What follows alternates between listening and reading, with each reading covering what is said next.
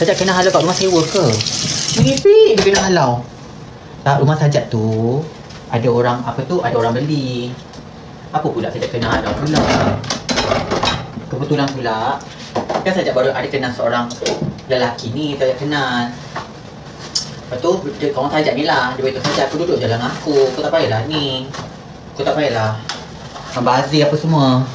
Sebab, dia macam ni Sajak duduk kat Central.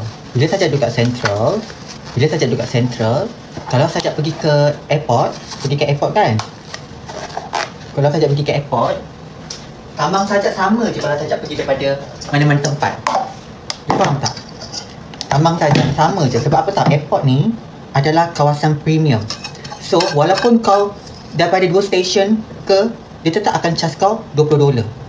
Faham tak? Tak kisahlah kau daripada mana, sampai je ke stesen dekat mana ni? Dekat airport saja, sama ada international ataupun domestik, dia automatic dia akan charge you $20.